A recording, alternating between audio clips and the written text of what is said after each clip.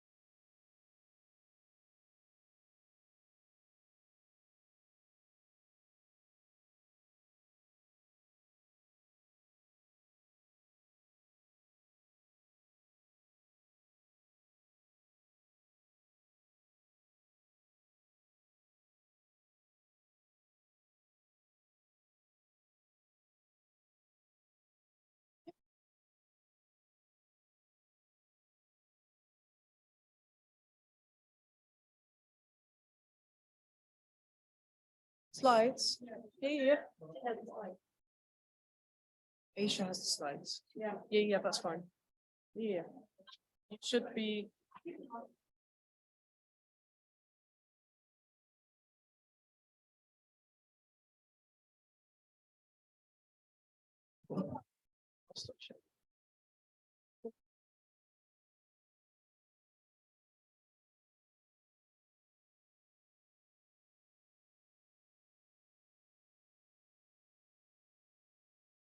Cool. Hi everyone. Sorry, this is quite a fancy way of saying hello. I have a microphone and everything's quite fancy. But yeah, I'm Mia. I'm president of the Oxford Climate Society, and today this event is in joint with Anthroposphere, which is the Oxford Climate Review magazine. We're very grateful to have Ayesha today with us to be talking about her own experience as a climate journalist, but I'd just like to point out you can get involved with Anthroposphere and the Oxford Climate Society by getting in contact with us via our emails, getting in contact with me, but also, yeah, just having a chat with us after this event. So yeah, I will now hand over to Anthroposphere to just give a brief intro to the event, and then we'll get started. Okay. Hello, everyone, and thank you all for coming here today and joining us in this very special event, really, because there's a lot that's really gone into leading up to this event, which is really producing that magazine of ours. My name is Vinita Govindrajan, and I've been one of the head editors of Anthroposphere for the past 2 years now. I hope, like some of you in the audience here, I was also a student in the MSc program of Nature, Society, and Environmental Governance. Yeah, I see some people there. Incidentally, this magazine, Anthroposphere, was started by a couple of students from that particular MSc program. And they were Shannon Osaka and Sophia Blanchard. And so essentially, like, the idea was really to kind of put a human perspective into climate narratives and climate debates, which are often dominated by numbers and statistics and carbon measurements. So this was really to kind of tell that story in a new way. So I've been associated with the magazine as a writer, a line editor, and as a head editor. And this is the second issue that I've been part of. And really, it's been kind of the work of a whole team, like a whole team has gone behind putting together this magazine, including another head editor, Daniel Bertram, Divya Godbole, and our art editor, Carolina. When I first was introduced to this magazine as a master's student, I was immediately struck by how powerful the imagery was, and how it was kind of a beautiful blend of innovative ways of storytelling, along with visualization and art, which kind of went together so well. And I really hope that this magazine grows, and I hope that many of you here in the audience may want to be part of our team, because we are looking for people to kind of build this way of communicating about environmental change, not just the climate crisis, but like broadly environmental, social and environmental issues. And we try to, we have like an international team. We have people based in Florence, in India, who are editors for us and who, you know, contribute art for us. So again, thank you so much for joining here. And I hope that after this talk, many of you will come over, have a chat with us. These issues are for sale. We have issues right from the first one in 2018 up to the one that we're launching today. So please do come by and pick up a copy. And now over to our new editorial team. So we have a whole bunch of people who are leading the next issue. And I'm really happy to introduce Nastya, who is doing her master's in the Sustainability, Enterprise and Environment at the School of Geography. She's graduated from Kiev University in 2020, and she co-founded a new Ukrainian Green Party, covered COP26 as a reporter, and also worked for Carbon Brief. So Nastya is going to introduce our speaker for the day and also speak a bit about her thoughts of Anthroposphere.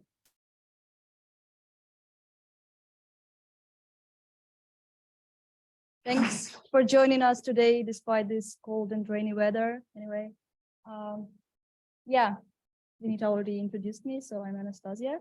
I have a background in journalism, and our brilliant speaker today is Ayesha Tandon. She's my former colleague from Carbon Brief. For those who don't know, it's a UK-based publication with focus on climate change and energy. And Ayesha is specialized in climate science journalism, and she worked previously as the communicator with the Met Office. And yeah, let's start. Amazing, thanks for the introduction. Thank you all so much for having me. I just want to apologize firstly for not being there in person.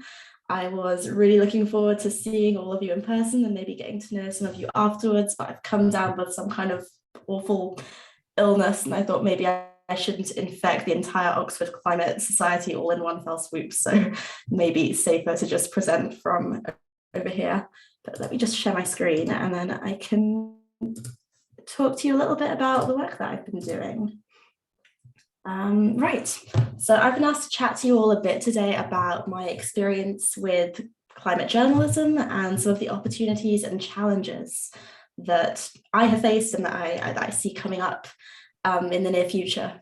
And so actually I was going to start by introducing Carbon Brief, but Anastasia has already done a great job doing that. So I'm just going to launch straight in and talk a bit about my experience of climate journalism and where it all started.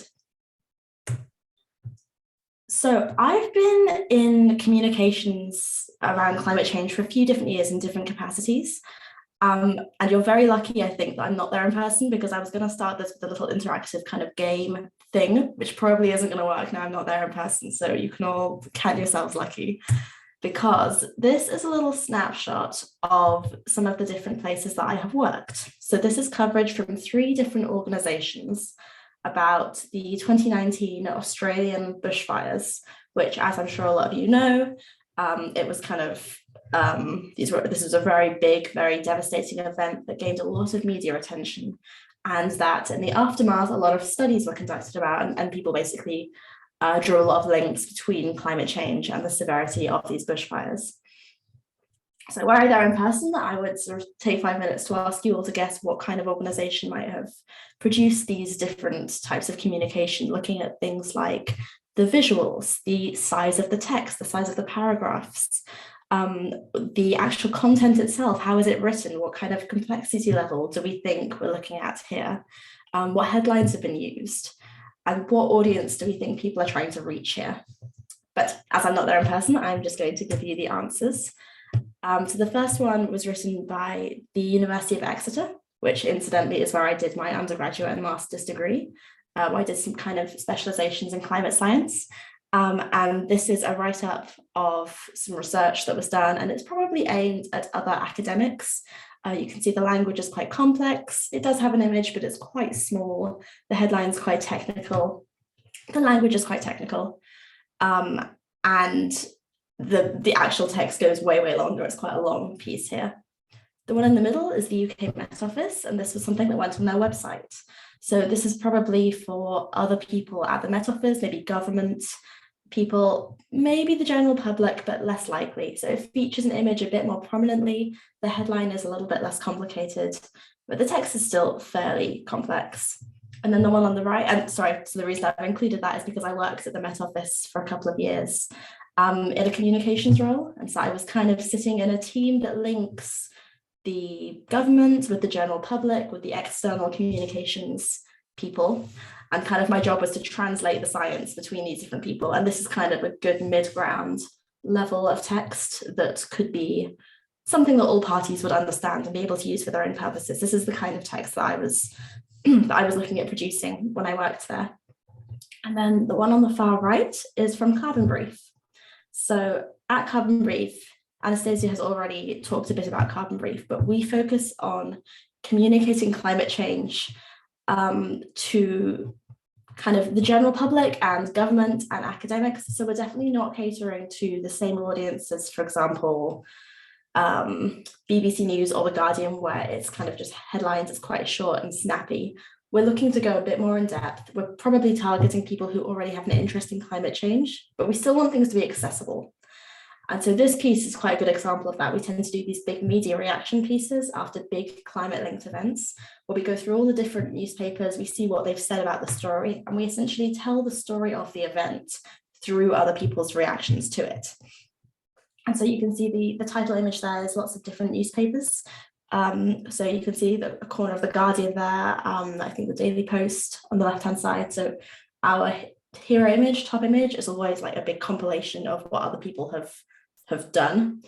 And then our paragraphs are nice and short, and we try to not use text that's too complex. And so that's Carbon Brief. That's where I work now as a science journalist. And so I think this gives a pretty good overview of my path into science journalism. I started off in academia, did my master's degree, University of Exeter. I then moved into government, and I was kind of communicating between academics and media and general public. That was at the Met Office. And then I moved over into Carbon Brief a couple of years ago.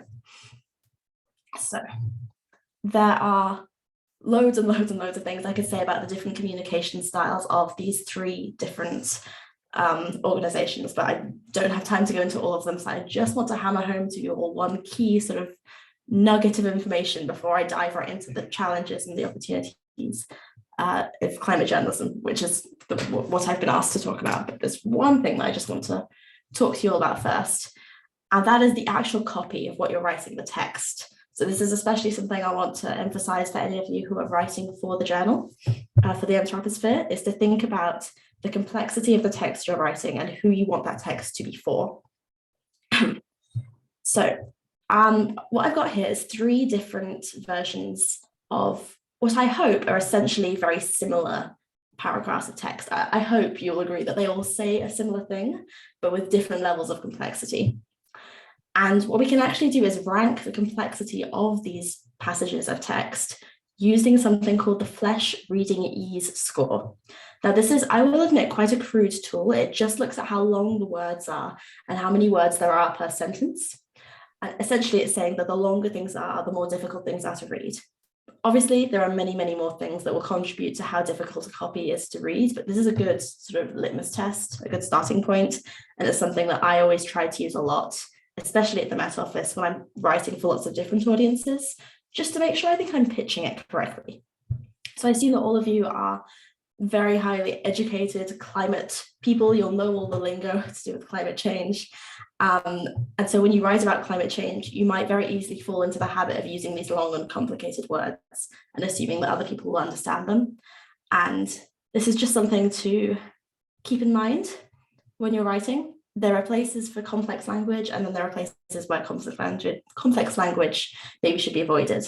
So again, if I was there in person, you guys really have lucked out that I couldn't make it today. If I was there in person, I would ask you to do kind of a show of hands or shout out or something. what kind of number on the flesh reading ease score you think these 3 bits of text are. But I'd like you to just take 30 seconds, chat to your neighbor, jot it down on your phone, something. Give each of these bits of text a score based on the rubric on the left over here. So between 0 and 100, a really high number means you think this text is really easy to read, and a really low number means you think it's really difficult to read. I'm just going to give you 30 seconds to do that.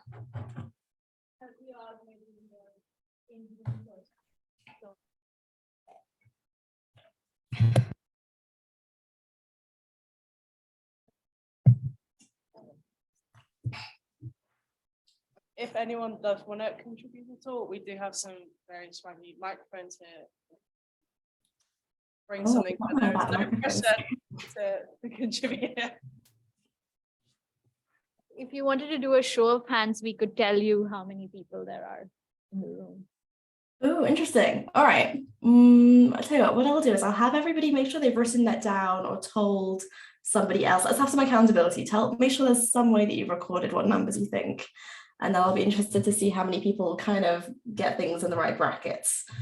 And there is a formula for how you calculate these numbers. I've deliberately not given it to you yet. I'll give it to you later, but I don't want you all to just get your calculators out and plug in the numbers and just work it out for yourselves. Okay, I'm gonna give you the answers now. So hopefully you all got that the top passage is the most difficult and the bottom passage is the easiest. In the past, I've actually given people just the top passage and asked them to write things asked them to write things in one of the easier bands, and it's actually quite difficult. So that top passage is text that was originally on the Met Office website before I revamped it, and you can see that's classed as difficult to read. And I think even for me, someone who knew about climate change, coming in fresh and reading that as the first paragraph on the Met Office website was quite a lot to deal with. And so I simplified it down into something like paragraph 2, so the one that begins since the mid-1800s. That's what I ended up writing. And so that's got a score of 56, which is still fairly difficult to read. I was actually aiming for a score of 60 or above, but I just couldn't quite get it there. And then just for this exercise, I also managed to write one with a score of 76, fairly easy to read. And that, if you read it in your head, so for almost 200 years, people have been putting gases like carbon dioxide into the air.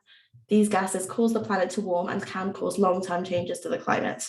That feels very easy. That feels maybe even condescendingly easy. But according to the flesh readability score, that's actually not even conversational English for consumers, which would be at 80 to 90 level.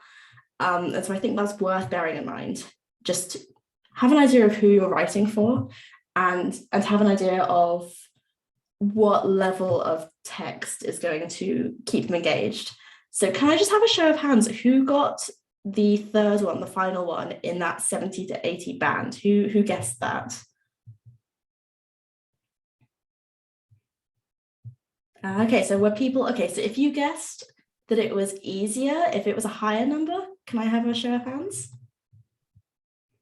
Yeah, okay, that's exactly what I expected. And then just out of interest, anyone guessed that it was a lower number? Okay, awesome. So this is exactly what I expected. This is exactly what I thought too. And I think this comes with being someone who's around people who kind of use quite complex language on a day-to-day basis. And so obviously, if you're writing for the Anthroposphere, that is the kind of forum where you should be using complex language. It's a journal. But if you're looking to communicate to a general public audience, this is really something I think is worth bearing in mind.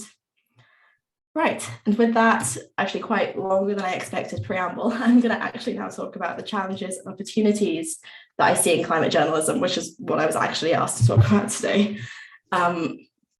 So there are obviously many challenges and opportunities that I see in climate journalism, and so I'm just picking a couple. But one of the main ones that I see is a lack of diversity in who is being represented in climate reporting. So last year, Carbon Brief did a feature week on the topic of climate justice. So this is the idea that sort of historical responsibility for climate change lies with the wealthy and powerful. And these are not the people who are impacted the most by climate change. Climate change most significantly impacts the poorest and most vulnerable.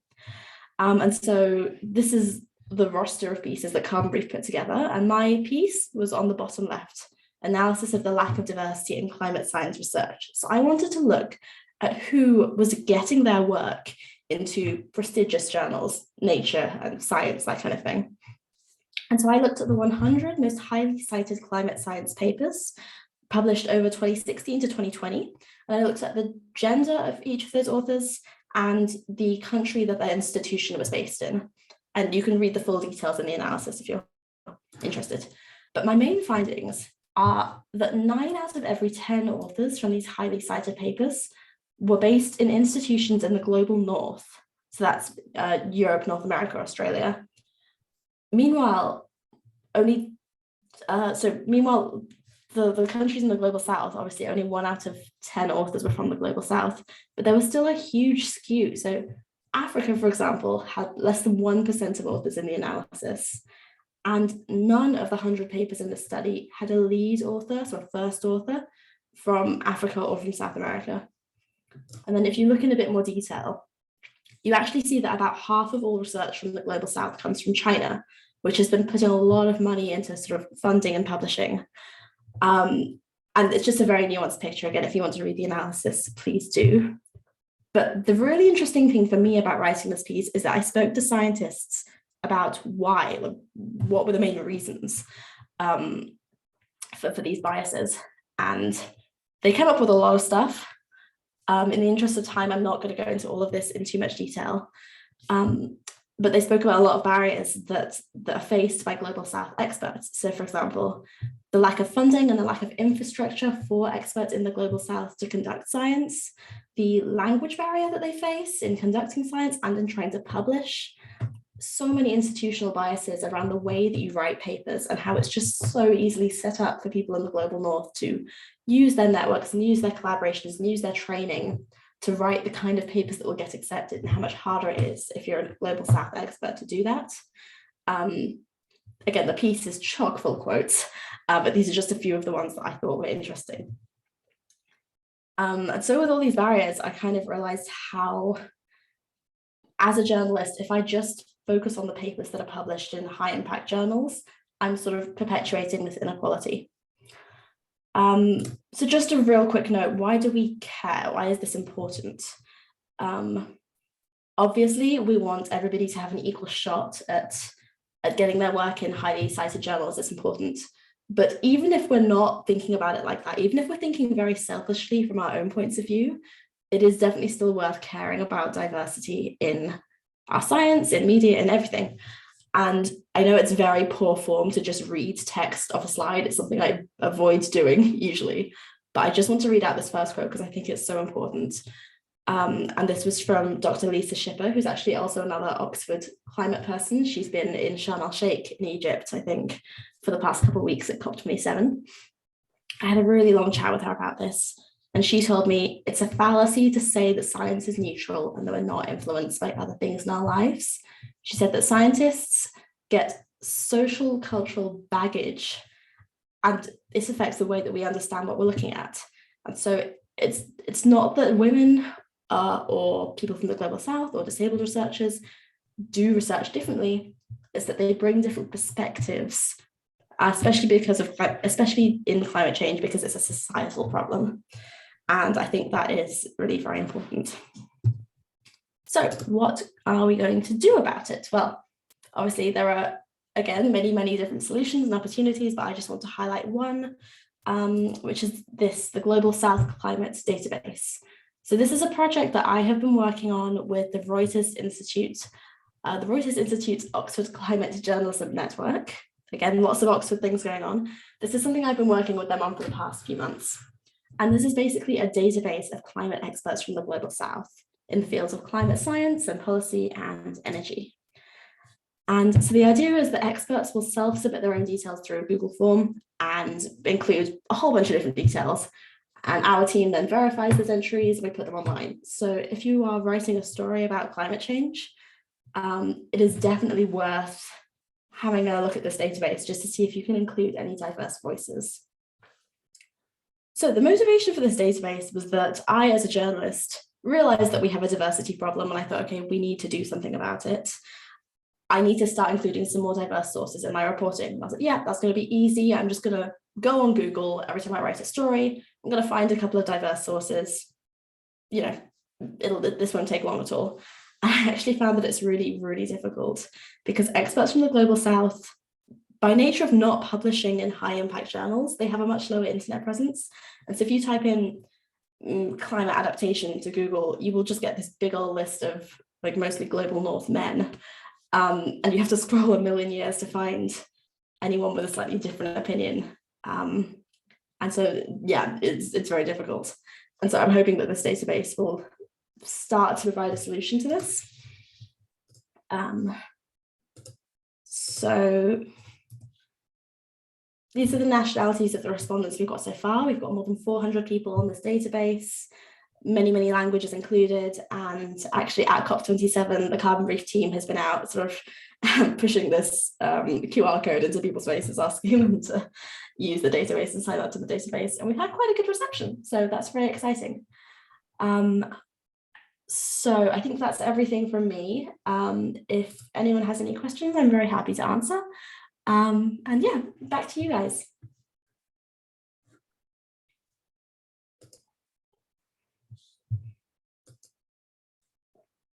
Fantastic. Thank you, Ayesha, for a great talk. I think we'll now pass out onto the floor. If anyone has any questions, we do have a microphone that we can pass around and give to anyone. But yeah, does anyone have any questions about climate journalism, climate communication, and also, yeah, just making climate science accessible? Cool. We've got one at the front.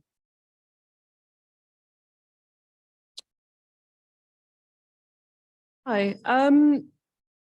I'm slightly cheating because I think I've actually spoken to you about this before. So you've been talking obviously in the context of climate journalism, but there are other, you know, attempts at communicating issues around climate change. I'm thinking particularly this September, there was the Tipping Points conference at the University of Exeter, which was very deliberately interdisciplinary. It was, you know, not just hard science, but also social scientists, people from academia, people from business, people from local government, people from international or national government. And it was, a lot was said about, you know, involving people from the Global South, people with expertise, people with lived experience, and it was all in English. And there were no translators even for the talks that went online. And there were no translators that were encouraged to attend who might in future, you know, be able to translate things that happen in English into languages that are more commonly spoken in the Global South. How do we turn that kind of talk into action that actually might work? Right, that's a very big question. Also, yes, I think I do remember meeting you at the workshop, was it? Yeah, awesome, at the Exeter Tipping Points conference. Okay, so first point on language, yes, completely agree. English is, it's actually just taking us back to research because that's obviously more what I know about. English is kind of the lingua franca for research. Pretty much every high impact paper or journal, sorry, is going to be in English. And that means that experts from the Global South have to publish in English if they want to, if they want their work to be considered prestigious. A lot of the experts I was talking to were saying how we have journals in our native language, even in sort of quite big languages, Spanish, Chinese, whatever, but the research is going to be considered second tier if I publish there. So, you know, I'm going to put all my eggs in one basket and spend a lot of time on my English and publish in an English language journal. And that's definitely an issue. I don't know how we solve that particular one. I should say that even the Global South Climate Database, we have focused on experts who speak English because we want to link up experts with journalists, and we just know that journalists are going to be looking for English. And yeah, that's a shame, and I don't have a solution to that particular problem. In terms of how to actually stimulate action at things like like conferences, for example. So at that conference that we met at, there was a big talk on, well, there were lots of sessions on kind of diversity and inclusivity, and that's all great, but is it just talk or is it action? And that's why I kind of think that initiatives like, well, again, like the Global South database, things that make it easy. I think it's all about facilitating, making the right thing easier to do. So for example, I saw this problem, I couldn't get experts from the Global South, despite having talked about it a lot. So I was like, okay, I'm going to actually make a database and make it easier for people from the Global South to get their names on and get recognized. Because it's about making it clear that it will actually make things better for everybody. It's not just that we're doing this to throw a bone to people in the Global South and like, oh, okay, we'll include you because you don't have the privileges that we have, so we'll make that extra effort to include you. It's about realizing that actually that is going to make it better for everybody. And I think once people actually realize that people are going to be doing themselves a favor by making those extra adjustments, I think that's when we're going to start seeing some change. I think we're already starting to see it at things like COP27, well, all COPs, but COP27, this first one, where the Loss and Damage Fund was established. I think people are realizing that actually this is something that needs to be done. So yeah, that was a very rambling answer to your question, but yeah. Couple more questions. Great. So first off, thank you so much for presenting. Everything you were saying was very, very interesting. And I was really intrigued by this database that you collected and like by centering all these voices in the Global South, because just looking at like climate journalism, climate research, there are different inherent risks depending on where you're from and depending on where a lot of researchers are from. And I was curious, in your collection of these data points and like these key speakers, like were there any considerations for safety when it comes to like just kind of organizing all of these people around like issues of climate justice and things like that? And then on a broader question, like how can we incorporate kind of like as institutions or people trying to create networks, how can we incorporate different inherent risks for say researchers coming from different backgrounds and journalists who kind of have different risks depending on which situations, governments, et cetera, that they're operating within? Yeah, that's a really good question. So in terms of the database, it works on self-submissions. So researchers put their own names forward. So the database itself is, so I should add, you can find it on the Carbon Brief website. And so it's linked to Carbon Brief and the Reuters Institute. So media organizations rather than academic research organizations. And so it is very much for academics who want to get their voice out there and speak to the media. So we make that very clear in the form. Hopefully people who put their details on this database then know that journalists will be contacting them. So on the form, we were actually expecting to get a lot more submissions from China than we ended up getting. And I think that might be exactly because of that concern that you've raised. And that's something that we were not anticipating. We checked all the boxes to do with GDPR and how to remove your details from the database, which anyone can do at any time if they just drop us an email. But we didn't think about exactly that point, the sort of more political side of it.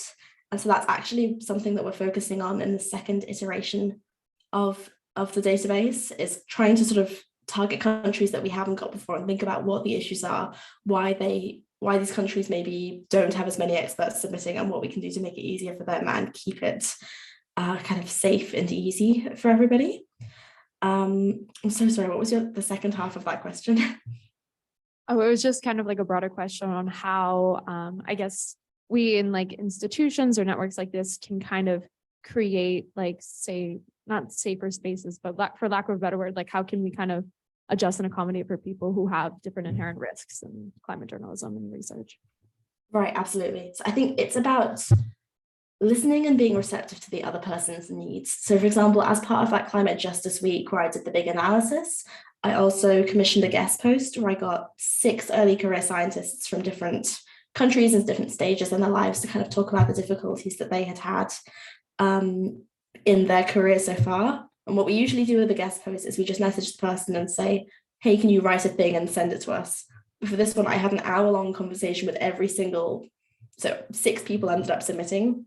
I think I had hour-long conversations with 12 to 15 people to talk them through the process of what I wanted, to talk about their concerns, to ask about what they would want to write about, how it would be published, where it would be published. And then we went through their work together and we edited it together. It took 10 times as long as any other guest post I've commissioned, but I think it was one of the best ones I've done. And everyone there was just really clear of what they wanted to get out of it as well. This wasn't just me coming in and saying, give me your knowledge. I didn't want it to just be extractive. It was, what do you want to get out of this too? What messages do you want to get out there? How do you want to help spread the word? And is this actually going to be useful for you? I think when we do that, we'll find new ways to start communicating and things will just become a lot easier for everybody involved.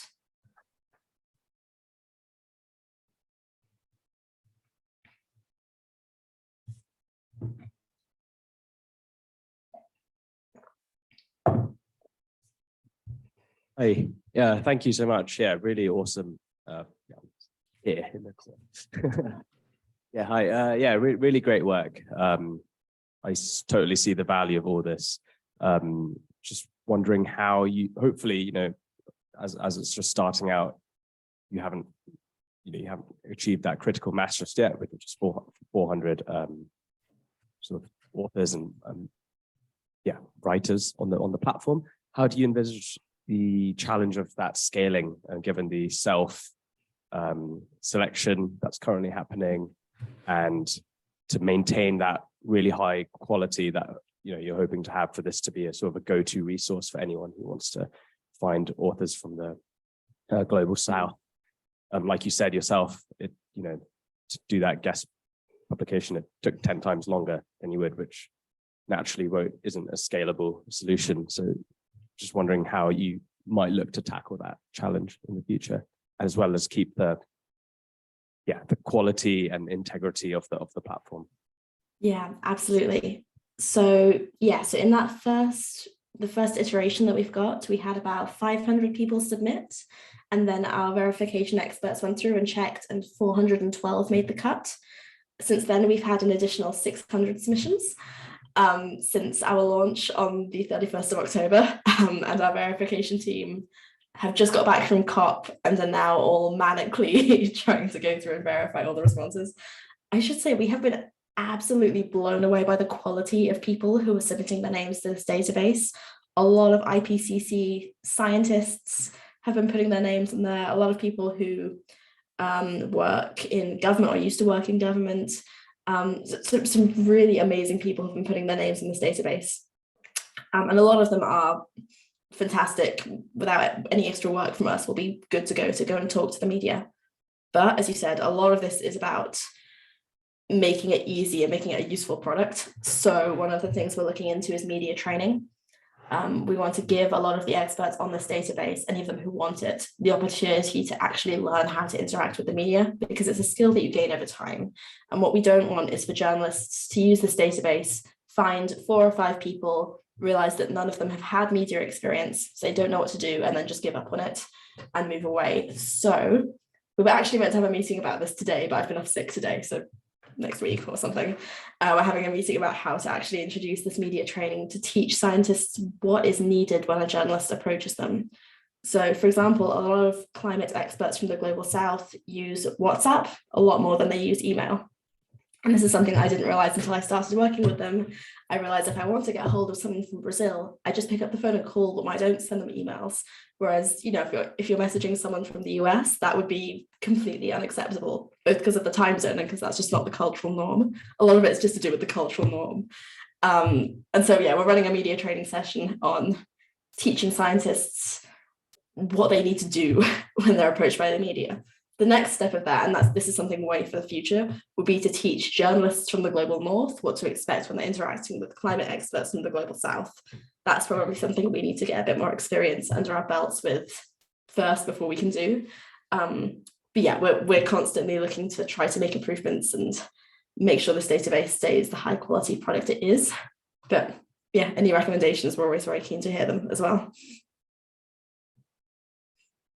Oh, I can't hear you without the mic. Sorry. Sorry. Just as a follow-up, is this database fully maintained by Carbon Brief and Reuters right now? And is there plans for it to become even more like open source? Or Yeah, so the database is maintenance plan? sorry. Yeah, so the database is free and publicly accessible and online on the Carbon Brief website. So carbonbrief.org, science, Global South Climate Database, anyone can access it. The maintenance is all done by Carbon Brief and Reuters. So Reuters have actually put in money to hire someone to verify responses on a monthly basis. Their contract runs until the end of next year, at which point we will look at extending it or hiring someone else. But the idea is for it to always be run by these two organizations.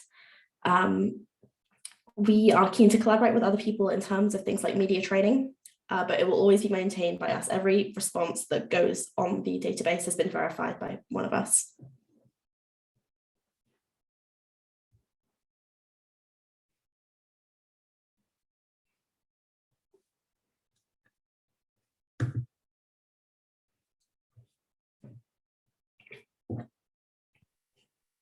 Hi, yeah, thank you so much for that presentation and also for introducing us to the climate database, because we're all a whole row of nature, society, and environmental governance students. So I think for our work, this is super, super useful. And I think on that note, I was also wondering if you have any advice on how to engage with it in an academic way, since it is more aimed at like journalists and outlets. So from this kind of academic viewpoint, should we engage with it in any sort of different way? Or would you say it's kind of applicable for everyone in the same way to use it to find experts, to cite and quote and so on?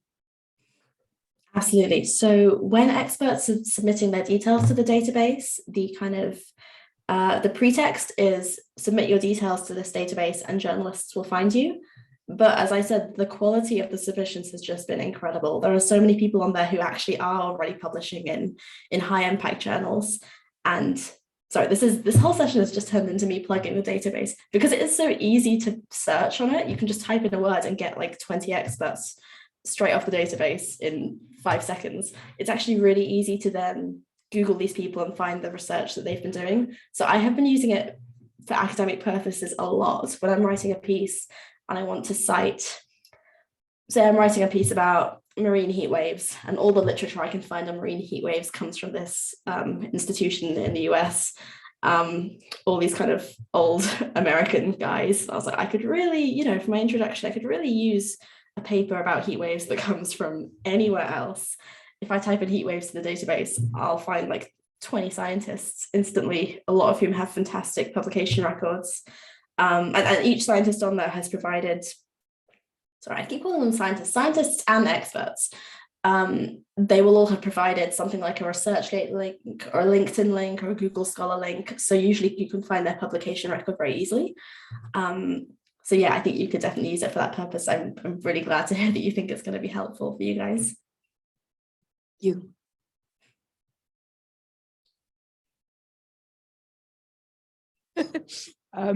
You sound like you've done some really cool stuff so far. Do you know what you want to do in the future? Ooh, big questions. So, I mean, I only graduated from my master's in 2019 and was kind of launched straight into a pandemic. So the thing, I mean, my whole career path so far has been luck and chance, and I've never planned anything. But the next big thing that I'm really excited for is that I won a grant recently from the European Geosciences Union to go to Thailand in February to do some work on migration. So I'm going to be following a group of researchers who are looking at climate-induced migration.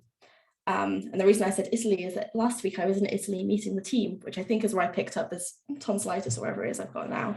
So that's the next big thing I'm really interested in, is looking at the slightly more social side. So I do think I want to stay in climate journalism or writing communications forever. I think that's my thing now. But maybe I would like to look at some new topics. And I think migration, this more kind of social side, could be something that I'm quite interested in. I think it would be interesting to look at communication more to a general public audience rather than a Carbon Brief audience, or as well as a Carbon Brief audience. As I mentioned, the Carbon Brief audience is very, it's like academics and policymakers, and it's like very in-depth, and we really get into the nitty-gritty. So for example, for our COP27 explainer, so I'm sure most of you know COP27 in Egypt, Sharm el-Sheikh, just finished over the weekend. And Carbon Brief, after every COP, we do like a 20,000 word massive in-depth summary, like everything you need to know, all broken up into bullet points, all the details, which is super interesting. But obviously it's only going to be read by like the really interested people. So it might be interesting to look at some more communication to a more general public audience as well. Yeah. Okay. Ayesha, we'll take one more question and we'll let you go to have some rest. Yeah. Thank you so much. So my question is potentially, I don't know, maybe controversial, but so I do my PhD here on environmental communication, specifically on social media. And so I encounter a lot of obviously environmental communication from mainstream media outlets. So, you know, the big newspapers, their digital arms and so forth. And I'm often super frustrated with a lot of the framings or a lot of the headlines that they put out there. And some of that frustration is countered once you get into the articles. But as we know, a lot of people these days aren't reading full length articles in much detail. There's a big or selection bias here, and the people that do go, read to the end of the byline. So I wanted to know if you have any frustration with these journalists in that other space, and what, if there was something you could say to them, what would it be? It's really interesting that you asked me that, because I actually recently went on a sub-editing course. So sub-editing is the journalist writes the piece, and then the sub-editor comes in and kind of edits it and puts on the headline and picks the top image and stuff. So we were learning what to do if a journalist hands you a piece of writing, like how do you pick a good headline? And I disagreed with the trainer on pretty much every single headline choice she was suggesting. We were looking at kind of science articles, and I was writing these very sort of, not technical, but these very accurate and not very splashy headlines. And she was saying, oh, you can cut that detail, you can cut that detail, you can make this easier, you can make this more fun. And I was saying, oh no, you can't do that, it's not accurate. And she was saying, yeah, I mean, it's accurate enough, we'll explain it in the byline, in the next line down, we'll explain it in the title, in the intro. So yes, I share your frustration, definitely. And it's such a difficult, there's a balance to be drawn. Basically, we want people to be interested in the topic, obviously, that's why these kind of really splashy big headlines exist. We also don't want to give people completely the wrong idea, because again, as you said, a lot of people will not read past the headline. I think, again, a lot of people in this room might be surprised to hear that. So my boyfriend, for example, he's doing a PhD at Oxford, and he was horrified to hear the stats on how few people actually make it past the headline of an article. And he just cannot understand people who do not sort of read the entire way through. And I was explaining to him that no, a lot of people will just read the headline and make their own inferences from that. So my message, I definitely err on the side of accuracy over big splash.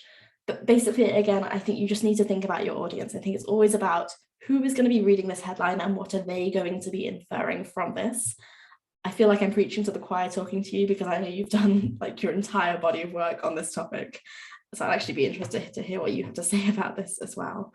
But I would say, for example, if you're pitching something to a reader of The Sun, no aspersions to anyone here who reads The Sun, but maybe they might have less of a grounding in climate science and be quicker to jump to some conclusions than the reader of a Carbon Brief piece. And maybe you need to take that into consideration if you're writing a headline that deliberately could be seen as inaccurate or misleading.